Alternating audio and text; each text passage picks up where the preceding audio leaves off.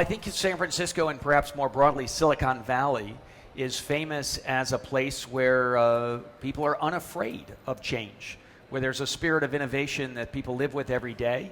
And they're unafraid of failure, by the way, as well. So there's a lot of trying of new things, some of which work, some of which don't. And people are quite willing and able to launch new businesses.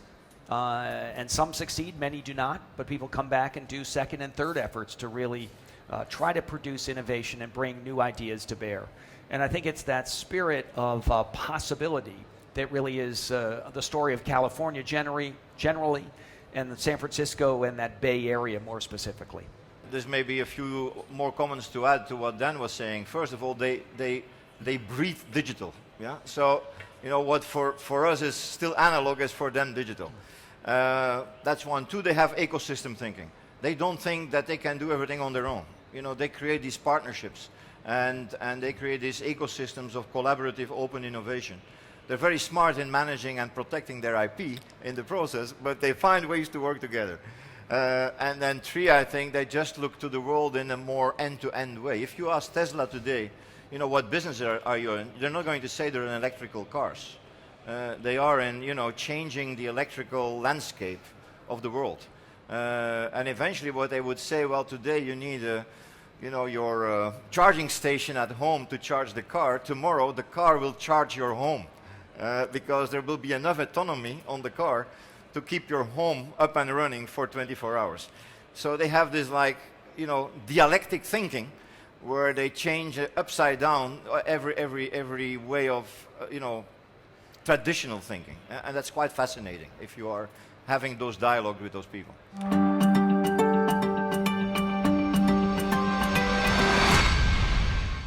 Well, I think the simpler the solution, the higher the probability that it will work. I make very often the analogy with, the Sonos audio system. I have at home my Sonos audio system. It's all wireless.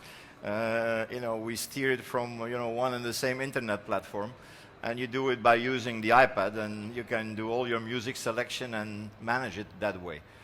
Honestly speaking, you can do the same for lighting, with the lighting application. You could do the same for your heating.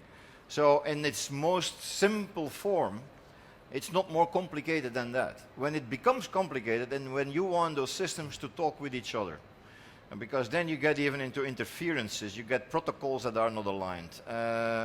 Actually, very often you do not even find the installer who is able to take care of every module of that solution, of that integrated solution. Because for audio you need to go to the audio specialist, for heating you go to the heating specialist, and for lighting you need to go to the lighting specialist. So there's work to be done, a lot of work to be done.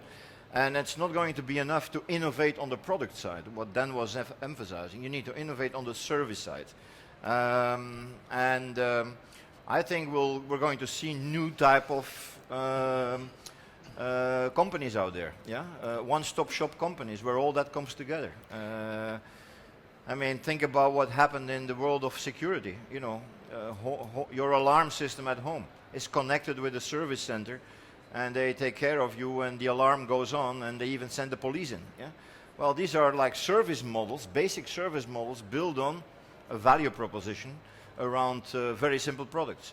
So also there, I think there will be a lot of new service business emerging that will change the revenue model and the way we, live our lives. So let me just add, I don't think the status quo is actually all that good. So yes, there may be a risk in the new that there will be challenges, but I can tell you during my 3-year tenure as the head of Connecticut's Department of Energy and Environmental Protection, we had a hurricane and an ice storm, both of which took out power to a significant part of the state's people for not just an hour or two, but for, in many, many cases, several days, in some cases a week. So it's not simply that the new options are going to be risky. The existing options have a lot of risk embedded in them as well. And I think what we found in Connecticut is that there, again, will always be some kinks to work out in the transition to a new system, but that the public is actually quite excited about an energy future that is cheaper, cleaner, and more reliable. And I do think the reliability is part of the package. And frankly, the word that I see us talking about more and more is resilience.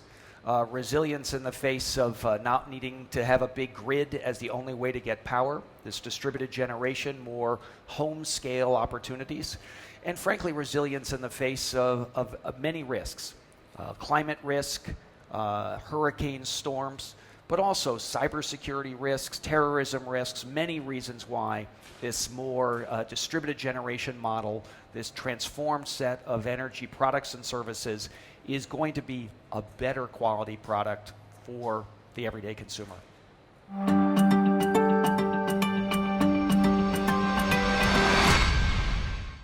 You give it the first step? Sure. So, James, thank you for that question. I think the truth is that there is going to be a very great degree of diversity in this energy future, that we're no longer going to have single answers. We're not looking for silver bullets. And the same is true in finance. No single source of capital is going to be sufficient. We're going to need a wide range of capital opportunities out there. Some of these opportunities can be financed directly by private capital without additional incentive.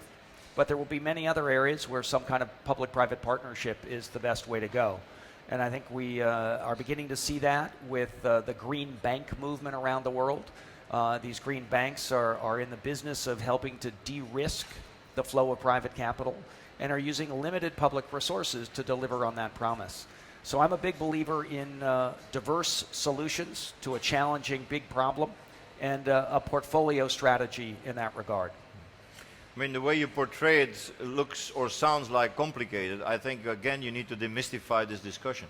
At the end of the day, it's about R&D money, it's about capital employed, and it's about conscious choices in the companies who invest in that future to use that capital and make sure that the return on investment is there. And there's always a risk contingency in that. So it's just part of running your business. It's part of being an entrepreneur on a very large scale.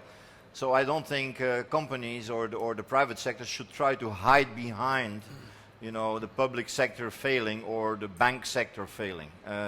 Of course, the more obstacles can you take away, the better. I made the example of the Juncker plan, 300 billion, right there.